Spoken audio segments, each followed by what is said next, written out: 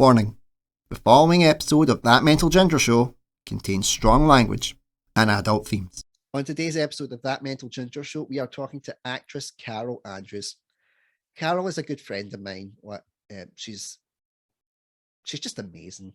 She's so funny. She's warm, bright, intelligent. I could go on and on about her.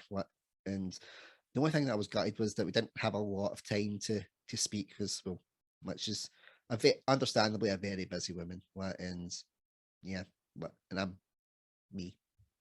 But we had a great time. It's been such a blast. And I know I've been saying about every video lately to check it out. But I've been on fire lately. The stuff's been gold. So yeah, keep checking it out.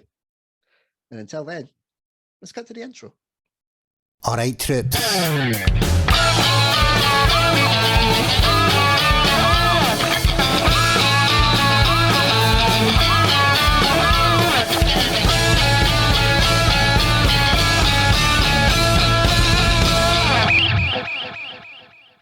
Carole, it's absolutely great to see you again. How have you been, my dear? I have been fine, thank you. Struggling on. Sorry, that's my phone pinging. It always does that when I'm busy with other things. I switch it off. I know that feeling all too well. I could be doing work in some of the videos or whatever. Then I go on a call and I hear back goes bing bong bing, and I'm like, what the flip is going on here? It's absolutely. The sad thing is, if you leave it at home and you go out somewhere and you come back 4 hours later thinking, oh my God, people will be worried sick about where I am. There's not a thing on your phone. Nobody's phone, text, nothing. But as soon as you go on a Zoom call, there it goes. And between that and the cats, I never get peace to do a Zoom call. Yeah, the same with me and the kids. Is like everybody's like, oh, are you busy at this time? And I'm like, my wife works a back shift. I look after the kids between 4ish and 8. So don't contact me. Everybody contacts me. I'm like, looking after one kid is hard enough, but twins, Andrew. Well, how'd you do it, man? How'd you do it? I never knew the difference. I didn't know the difference between 1 and 2. Well, that's fair, actually. we just got hit with them both, and it was like, deal with it. So I kept saying that we had our assigned baby lane. Like Connor was better with Alison, so I was like, right, you do the feeding and the changing with Connor. And Kieran's better with me, so I'll work him. Right. So it was, it was like a zone defense, but pick your person and mark them. That sounds good. Actually, sounds like a good advice for other parents of twins. Yeah, well, I wanted to be a hands-on dad, even if it was just one, even though I was, only expecting one. But I think that it just meant like you don't have a choice now. You've got to be hands-on. So I was always up at the nights, and I was always doing the feeding and helping change bums and stuff. But at the time, I was like, dear God, kill me. But now once you've got them, it's too late. You can't send them back. No, it's not sailor return on babies. No, it was like when we found out, and I can't exactly say when my wife's leaving for work. Bye. But so we can't exactly be like, we only ordered one. No, doesn't work like that.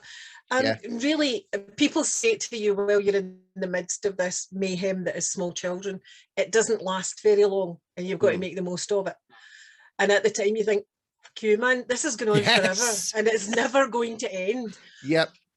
But now that my baby children are in their 30s, 36 and 34 respectively, it really doesn't last very long.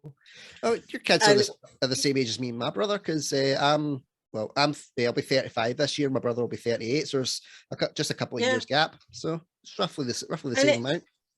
It seems like that time ago that I had small kids charging about the house. I have to say, thank God I don't now. Because it's something that you should do when you're young, I think. Yeah. And I sometimes look at older women, women in their late 40s or whatever having babies and think, you've got no idea what you're in for. You really need your youth and your strength and your health to run after small people. And I read a thing on Facebook, which is so true. Nothing moves faster than a toddler when you say, what have you got? They're off. Yeah. Absolutely off. As soon as you go, what is that you've got? Yeah. They could be. Yeah, add the words. Anybody. Add the words after that in your mouth, and they hit supersonic speed. Oh, they just vanish. They disapparate completely. It's like something out of Harry Potter. You can't find them in a 3-bedroom tiny wee house. They're gone. Just like, what is going on? Where are you? Well, I mean Where are you? Where am I? What day is it? That just sums up every parent's life, isn't it? All you can do is sit down and hope it's no poisonous, because then you really are in trouble. Yeah. I've learned a long time ago that I'm like, Play-Doh, you can eat that. It's all right. It's like Play-Doh's okay. It's Play-Doh's fine. Yeah, it's like you make them a nice dinner. Nope, what a chip that's been on the floor for 3 weeks. This is gourmet. Absolutely. I had a nephew my nephew Stuart was a genius at hiding crusts off toast. No matter how well you thought you tidied up after he'd had toast, about 3 hours later you'd hear the crunch, and there he was with this manky old oozy crust battered into it. I have no idea where that was. Where did you hide it? Don't tell me where you hid it, because I probably don't want to know that. There's somewhere I can think of that it might have been that I didn't look, but I don't want to contemplate that. With me, when I was younger, it was I would like keep bits of food in my mouth so I could like just chew on them later on. I think when I was a kid, I was part hamster. What my mom and dad would be like, what have you got in your mouth? Nothing. What? And it's basically like a full grape that I've kept from like the remainder of my dessert. But there'd be some nights I'd go to my bed, and I'd wake up and I'd be like, what is that next to me? Oh, it's that piece of grape I'd kept in my mouth. That's strange. It's still good. I'm not going to lie, that's weird. That is weird. Yeah. Yep. It was very weird. I don't know what it was. But weird. Yeah. I had loads of tricks like that I know to look out for the kids. Like I would used to go in and like get myself like some juice, but I would always have like my baggy trousers on because like I always thought it was fat. So I was like, well, I have baggy trousers, and then I just put like biscuits and that in my pockets, put my hands in my pockets, because that's what you do as a teenager, hands in pockets. So that would stop the rustling as I went up the stairs and had a wee mini feast. Genius. Yep. That's very good. Although, speaking of baggy trousers, when my girls were teenagers, they got into this these baggies, these baggy jeans that were like the legs were yay wide. Yeah, I had them as well. Elaine could put 12 bottles of beer into her pockets and not make a noise. That's a skill. She was genius, absolutely genius at it. Of course, you find these things out later. Yeah. When they've moved out and there's nothing you could do about it anymore because it's so long ago. But yeah, she was an absolute genius at smuggling booze into places. And God knows what else she got up to, and I don't want to know, to be honest with you.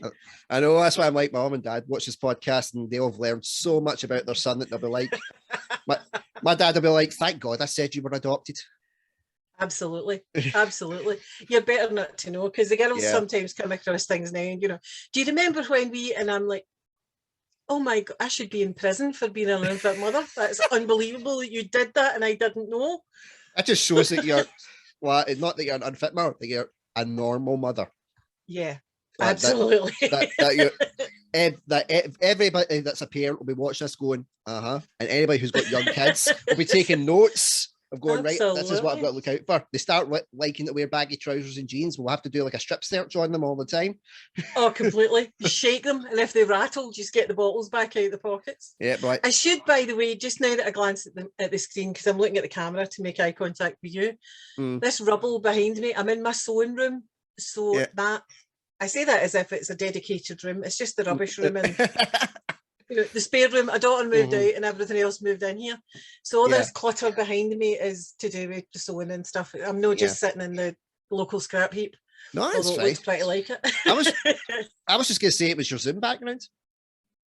I was considering putting a green screen. That green bag behind me is actually a green screen. I could have hidden all that, but no, I forgot about it. See, so, I thought it was a green screen because in the studio, like the guys have got like, a green screen up as well, and I'm like, I was like, is that a green screen or was it like craft, like mache paper? I didn't want to like be insulting. No, it's a green screen. The problem with it is it's one of these ones that it goes into the bag and then you open it and it flips out and it's gigantic. Wow! Try flipping it back into that bag again, Andrew. It's a bloody nightmare. Oh, it's worse than trying to get a 2-year-old into a pair of jammies. It's just beyond worse. Oh man, I can What? Thank you for like the PTSD flooding back to me of like what from changing 2 2-year-olds with like, here, don't go that way, don't go that way. But why? How did you get in the kitchen? How are you up the stairs? The genius apparently was to keep hold of one ankle, but when you've got 2 babies, you can't keep hold of an ankle each. Mm-hmm. So, Yeah, you end unless up there like was a rope. you end up like what Macho Man Randy Savage, like just picking each child up by an ankle, like. Yeah. I didn't do that. Social work, please don't take my kids away from me again. Mate, if social work get involved in all the practices that we have to get up to just to get through the day, nobody would have children in the house. Yeah, no one would have alcohol in the house. That's true. You know, that's what people actually more respect me for. They're like, you have twin boys, identical twin boys, and you don't drink. What is wrong with you? And I was like, there's a list. There are so many things that when I die, there will be a psych ward named after me in my honor. That is, mate, if you can survive twin boys, you can survive anything. I reckon you're probably Iron Man, really, in disguise. Because that is just a nightmare. Yeah. That's what I always say. I always say, like, I'm a ginger, left-handed Protestant that supports Celtic with mental health issues. Satan is down there waiting to hand me the keys, going, at last, a worthy replacement. The force is strong in this one. Yeah, definitely. Well, I'll be like blooming Palpatine. Somehow, what the ginger returned. It's like, I'm like, my boy, I had twins. I created you. Anyway, enough about me and my madness. I want my audience to know about you because, well, I know Carole, and Carole is, pardon my French, fucking brilliant. So what I want to know is your origin story for my listeners, because that's the one thing we've all got in common. We all have an origins. So please, for my faithful followers, tell us your origin story. My origin story. Well, I was born at a young age, as most of us are. The youngest child of 5 by quite a way. Wow. My mother was in her 40s, and she thought she was going through an early menopause. Yeah. But here it was me. So I've been a bloody nuisance since even before I was born. So eldest brother was 20 when I was born. So I was, to say the least, a big shock. So if you can hear scratching, it's my cat. He hates me to talk to anybody about him. Don't worry. The cat can join in. The cat is welcome. We love cats. He probably will. If you see a tail going by, it's Adam. But yeah, so I arrive with my eldest brother, as I say, is 20. The youngest of the family, my sister, was 12. So there, just imagine that. She's the youngest. She's the only daughter. She's 12. And a baby happens. It's a miracle she even speaks to me now, but she does. Yeah. So I grew up kind of like an only child, actually, Andrew, because I was so much younger. And I listen to people talking about siblings, and I grew up in a house full of adults as far as I was concerned. So I didn't really have siblings as such. And I can remember at school, you know, when kids get into fights and they go, I'm going to get my big brother to you. And I remember thinking, that's daft. Your big brother will be at his work. How is he going to come and get into a fight? So it was a peculiar way to grow up. In some ways, it was a nice way to grow up, because by that time, the older family are making their own way in life, and I've got my mum and dad pretty much to myself. Then when just before I turned 14, we lost my dad. He'd had heart problems. In the mid-70s, my dad had a pacemaker. It was pioneering surgery at the time. So I thought it was like Iron Man. He was just going to go on forever. They just took him in and replaced batteries. But unfortunately, it didn't work like that. So then I grew up in a totally different kind of household. Now there's just me and my mother. And she wasn't coping very well. And I had to grow up pretty fast. So I grew up with the whole, just go and get a job and earn money and get on with it. So I had no inclination of doing anything arty. The only thing that I could ever do was sing. I could always sing. And my mother, I remember her talking one time, you know, these drunken conversations with friends, going, I think she could be a singer, but I don't want her having that kind of life. You know, it's no life. It's no life. And I remember thinking, oh, if I'd thought that was a possibility, but yeah, we let's if you be listening, how do you become a singer? You don't, you just go to your work and you get on with it. It wasn't until I was married and I joined an amateur drama group in Glasgow. They were doing a show for Mayfest, Andrew. That's how long ago that was. You'll not remember that. Actually, one of the other guests that was on, Geraldine Greenhill, she was talking about Mayfest. Yes, I know Geraldine. And a woman, Floyd Kennedy. When she was because she was she's been here, there, and everywhere. I want to get her back for a part 2, because there's so much going on with her. And she was talking about Mayfest and trying to get her kids involved in it at the time. So I'm aware of Mayfest. I joined an amateur company in the south side of Glasgow. They were at Daisy Street Community Centre. They were based in. Joined that, and while I was there, some other people were there who were studying drama at Langside College. And they kind of convinced me, and you don't have a go. Why don't you go and audition for them?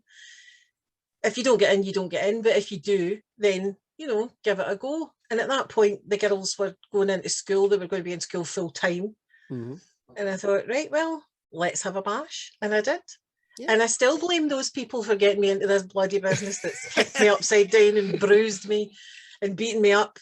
But I'm really glad that I did. And in fact, when I was at Langside, Floyd Kennedy was there as the voice teacher for a year. Wow. Yeah. So I know Floyd, and I know Geraldine from other work that I've done. Yeah. See, I'm kind of like ginger herpes. I'm just getting everywhere, aren't I? When I put it like that, I would say that the Scottish Arts is quite a small group of people, and eventually you get to know most of them. But in fairness, Andrew. Yeah, by the way, I'm on the outside. Like I live vicariously through everybody else's stories. But I used to call myself the ginger herpes when it was, about friends, because I was like, once you get me, you're kind of stuck with me. Well, I think that would be a lovely thing to be stuck with.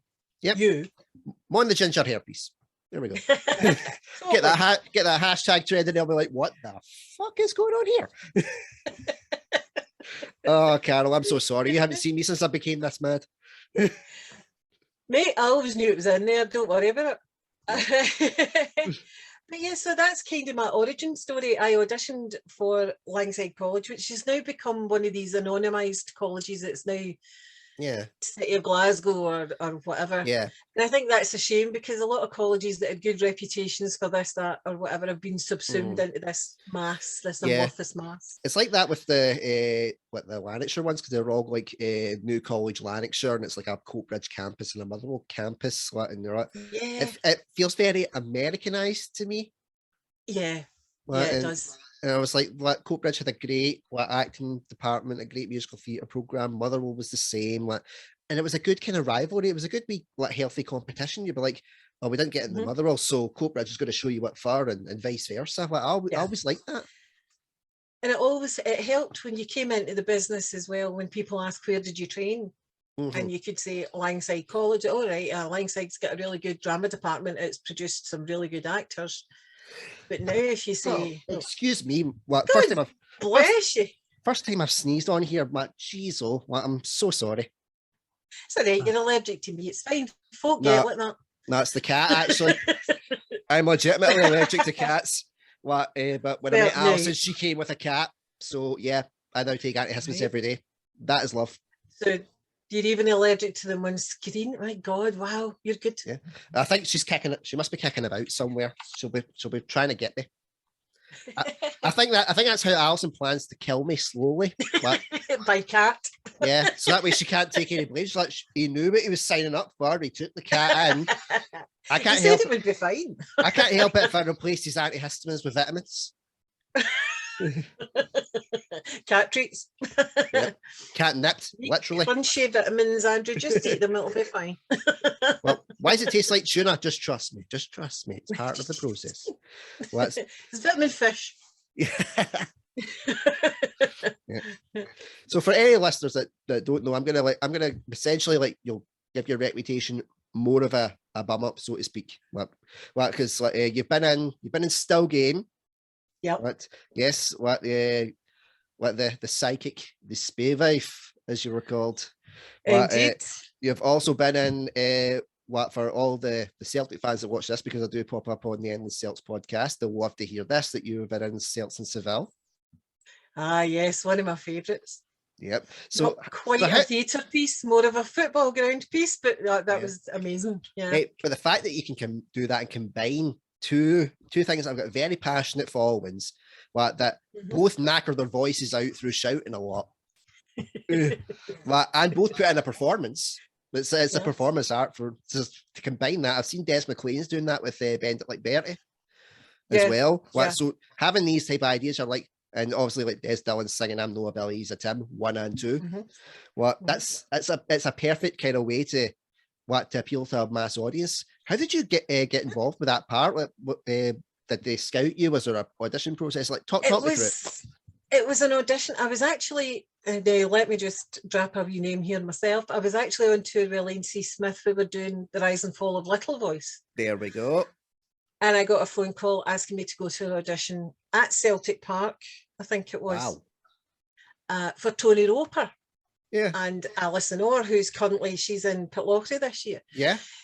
And it was for Celts in Seville. So I went along, and I felt as if I had a wee in with Tony because he knew Elaine and whatever. I didn't really, but it gave me a kind of, not a bravado so much as a wee bit of courage walking into the room. A little confidence boost. Aye. Do you know, I kind of went in going, "Hi, how are you?" rather than the usual, "Hello, my name's Carole, and I hope you think I'm good." And auditioned for it and got it. And I had no idea what I was getting into. And as you say, it was a perfect crossover because it brought people into the theatre that wouldn't normally bother with theatre. Yeah, definitely. On the first night, Andrew, I kid you not, we were in the Pavilion in Glasgow, which holds, I think, 1,400 people. It was mobbed to the roof. And by the time the show started, they had been singing for half an hour. The building was jumping. It was mobbed with people with sombreros, lilos, beach balls. And throughout that show, there's a big screen and they show footage of football matches throughout the Seville campaign. Yeah. I've never heard a noise like that in a theatre in my life. It was terrifying. It's brilliant though, because one of the things that Celtic fans always talk about is if you know your history. It's like, I mean, it's in their songs. So getting to experience that and see the footage in the background as well. Because it wasn't Seville at that time, everybody was over there with lilos, with sombreros, with beach balls. So they're getting Celtic fans and any football fans really that have a good run like in the Europe thing, they love to live vicariously through that. They love to live vicariously through their players and through their experiences. And people would have been who would have been at Seville themselves would want to revisit it. So they did want to revisit, and what they brought into the building was passion, absolute passion. And watching this footage, if Henrik Larsson came in, it was like the second coming of Christ. I mean, they went bananas. If Graham Souness came on, I thought the building was going to shake apart. I've never heard booing or feet stamping like that in my life. They lived every minute of it. You really lived it through the footage, every minute of it. It was amazing. And then we did it again. I think it was 7 years later or whatever, we did it again. And it was exactly the same. I think it was the opening night of the second run, there was a huddle in Renfield Street that stopped the traffic. Everybody came out the building and just gathered into this massive huddle. Oh man. Obviously you've not been in Coat Bridge when the Celtic have won a title. I stay in the house when Celtic win titles or lose titles. Come to that. Win, lose, I had never met football fans, face to face like that. It was just amazing. And I never had learned a Celtic song until I did that show. And then I'd find myself, they recorded the music onto CDs for us, and I would find myself in the car listening to it and singing along. And then you stop and think, this is maybe not appropriate, depending where I am at the moment, to be belting out Celtic songs. It was great fun. It was a brilliant experience. I loved it. I loved every minute of it. Yeah.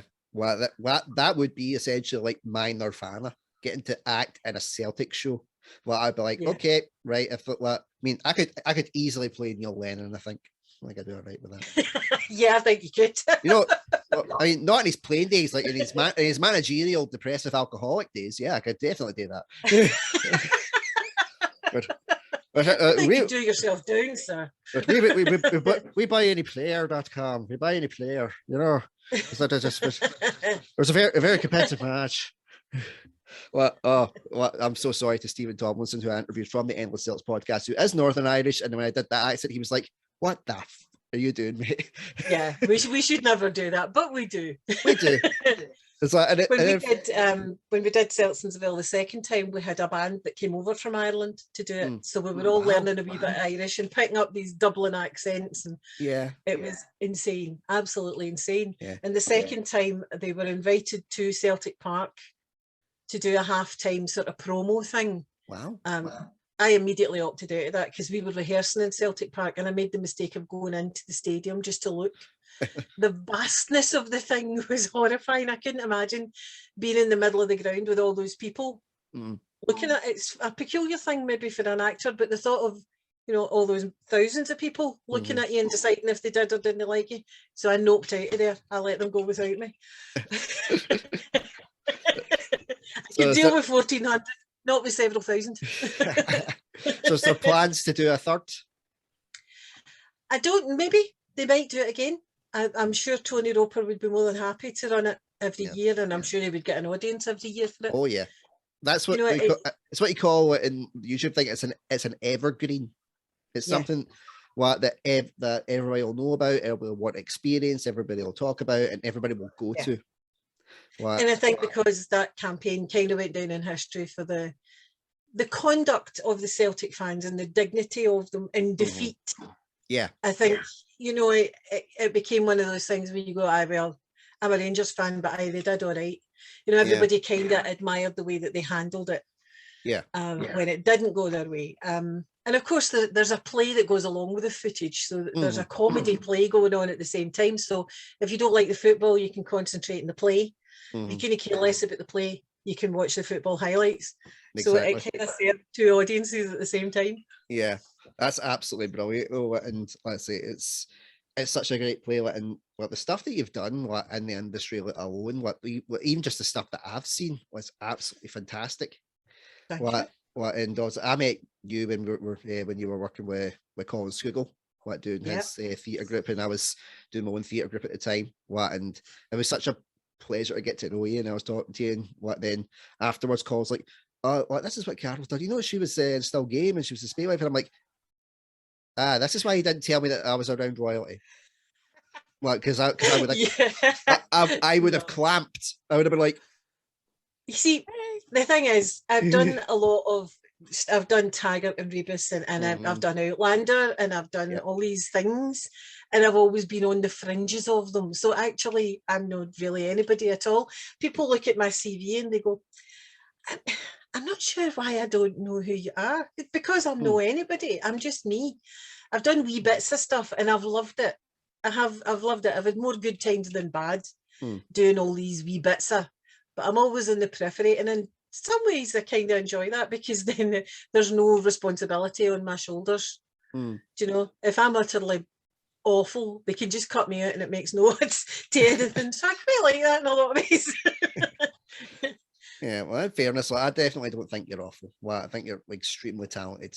Thank you. And I have to say, actually, when you came into that show, it was such a joy for there to be one person in the room who just came in, knew exactly what he was doing, and did it brilliantly every time. And then picked up his bags and left while we had all these kids bouncing off the wall that we were trying to corral into being a company. I know. I mean, I was going to say, in fairness, I was 26, and the oldest there was 15, 16. So there was. In fairness, that cast was absolutely brilliant. They did really well. They were awfully good. They were fantastic. It took me back to when I was in the Colin Scougal's days, ironically playing Fagin the first time round. And we all thought, everybody kind of thought they were part of a quote unquote golden generation. Whereas I was like, I'm glad to be along for the ride. I'm just enjoying being here and getting my confidence up.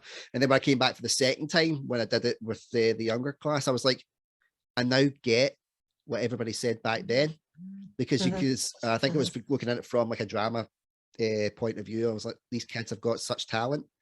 Yeah. And you could see how they grew and their confidence grew as well as it carried on. I was like, wow, this is amazing. Absolutely. What Colin did with those kids was spectacular. It was so lovely. You'd see kids coming in who were shy, who didn't want to say very much and wouldn't look you in the eye. And then in a few weeks, they were up there going, can I have a part? Can I be at the front? I want to be at the front.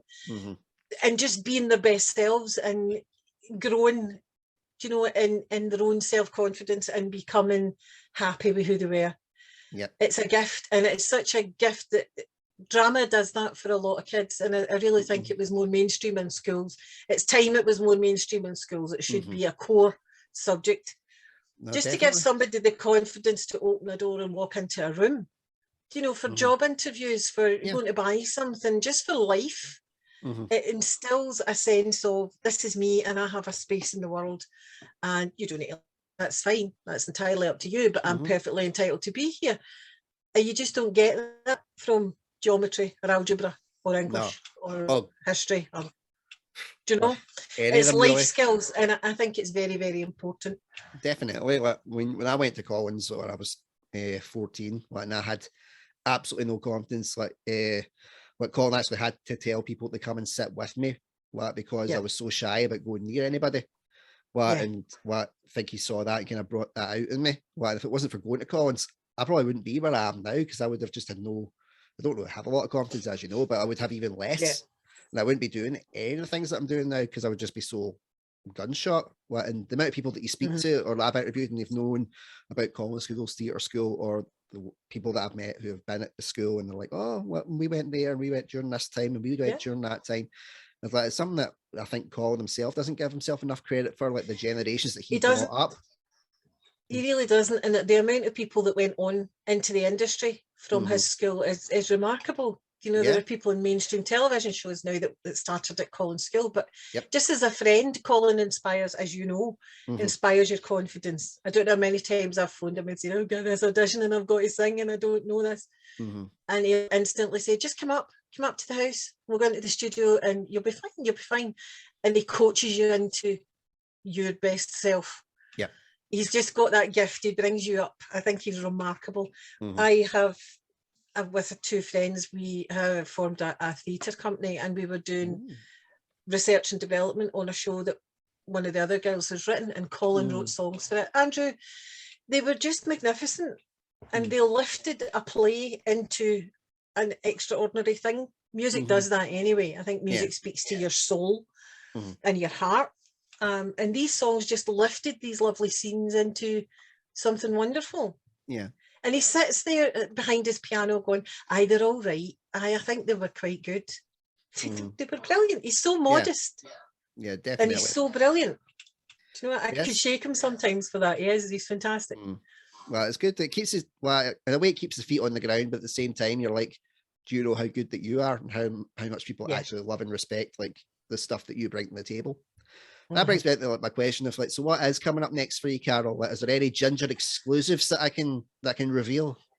Well, we're still working. The name of the theatre company that we've put together is called Paribus Productions. Ah, yes. And with the show that we're working, you might have heard the name kicking about.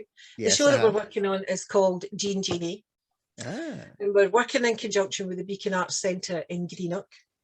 And we're hoping now to take it forward and get a full-scale show, hopefully on the road, maybe preview it at the Beacon and then take it out on tour. So depending on where we can get some money from, that's the next step for us. So that's what we're putting a lot of energy into just now. Yeah. So have you got any fundraising ideas planned, and I could help promote along the way?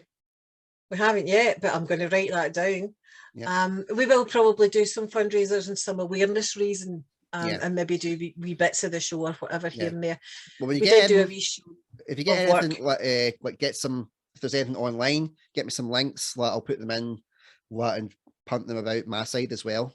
Try and get I'll do that. A wee bit of awareness for you, because I know the people that you're working with. Obviously, I won't say names because you know what I'm like, but you're all good people. You all know, you all deserve to have the funding to keep going. So let me know what other thing I could do to help. It's very kind of you. Even if Sorry, we do there's like a loose hair and hanging on my glasses. There we go. that's fine. That's fine. Well, we are starting to come up on time. Well, I know you're a very busy lady. Lots of irons and lots of fires. And I'm just in my dining room. So well, I'm in this. I should start with tidying that, but we'll get there. well, I'll ask you the one piece. The last question I ask all my guests: if you could give one piece of advice to anybody struggling with mental health issues at this point in time, what would that piece of advice be, and why? I think the best piece of advice is talk to somebody, a trusted person. Talk to somebody who will just listen, who won't give you advice, who won't try to fix you or tell you what you should or shouldn't do. Just talk to somebody who will absorb it. And once you've got it all out of your head, because sometimes it just sits in there and it becomes a big ball of string and it gets into knots. You can't make sense of it. Talk it through with somebody who'll help you to untangle it and then think about the next step. Now, quite often, us mammies and daddies want to fix everything, but you can't. Sometimes, especially if you don't understand it, if you don't have that particular issue, just listen. Go to somebody who will listen and let them absorb it all. Then you can start to make some sort of sense of it and put the building blocks in order to then go forward and find some help for yourself. Just don't be afraid. And especially now, I think we're getting a wee bit better at being aware that some people struggle quite badly with things that we don't think are terribly important or terribly worrisome. People can get into a terrible about what seems daft to me. I've got a wee daughter-in-law who worries herself to death about going into a shop to buy something. And instead of going, don't be daft, you've got the money, you've got every right to do that. You go, right, okay, how do we make it better? Do you want me to do it for you, which isn't really a help? Tell me why you're worried about it. We can talk it through. We can see how we make it better. Do you know? So go to somebody who will listen and be somebody who will listen, because everybody's struggling with something. Yeah, no, definitely. We might all look sorted, and if you look at Facebook, everybody's leading a fabulous life. Yep, everyone is. Do you know, we're not. We're all here struggling with something. So don't be afraid. And don't be afraid to just say, I can't do that. If you're in a situation where you just can't, whatever it is, don't be scared to say, I'm sorry, I can't do that. Very good. It's easy for me to say that, but for some people that might be impossible. Yeah. But I think my best advice is find somebody who will just listen to you. Yeah.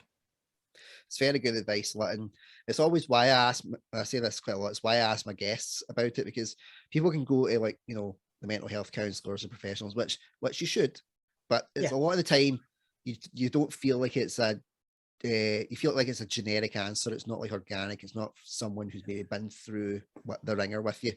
Whereas if you get someone who's a guest on the show and ask them, it's another person on the street who could be in the same situation as you. And it's also something that if they ever struggle, look back on this episode, look at the advice you gave, take it on board yourself. Yeah, absolutely. Sometimes the best advice comes from the people that aren't qualified. Yeah, I think so. I think so. Sometimes, because we're all fighting something one way or another.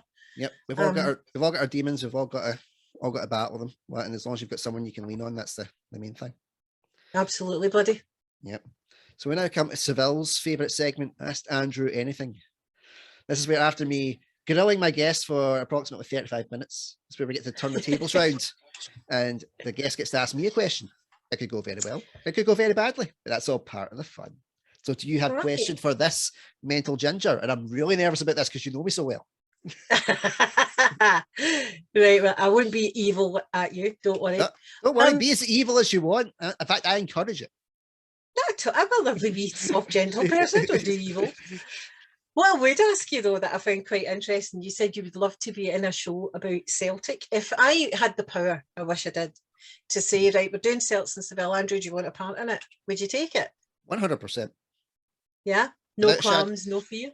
Nope, without a shadow of a doubt, I would take it. It would be like the whole Richard Branson thing, like just say you'll do it and then learn how to do it as you go. And then find out how.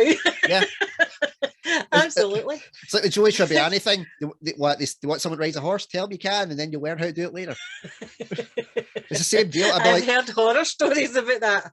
Yep. People nearly getting killed on horses that didn't know what they were doing. yes. Even people that do know what they're doing on horses and nearly getting killed, we all know about that one as well. Yeah, well, yeah. Yeah.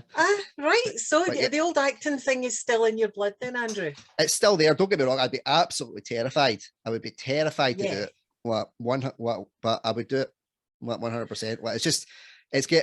I've no clue how to get about it. I've been in contact with agents. Like none of them want anything to do with me. Well, I've been in contact with shows and stuff like that. They're Yeah. like, well, no, you need this, that, and the next thing. And I'm like, well, I can't get those things because no one's giving me the opportunities. Well, Mhm. and it's I just kind of go, you know what? Instead of like going out and putting myself out there and just making myself like mercilessly rejected and depressed, like just do your own thing. Doing my own thing's been Yeah. working for me. But if someone did reach out and said, look, there could be a part in this show, are you interested? What to audition? I'd be like, aye, fire away. But Right.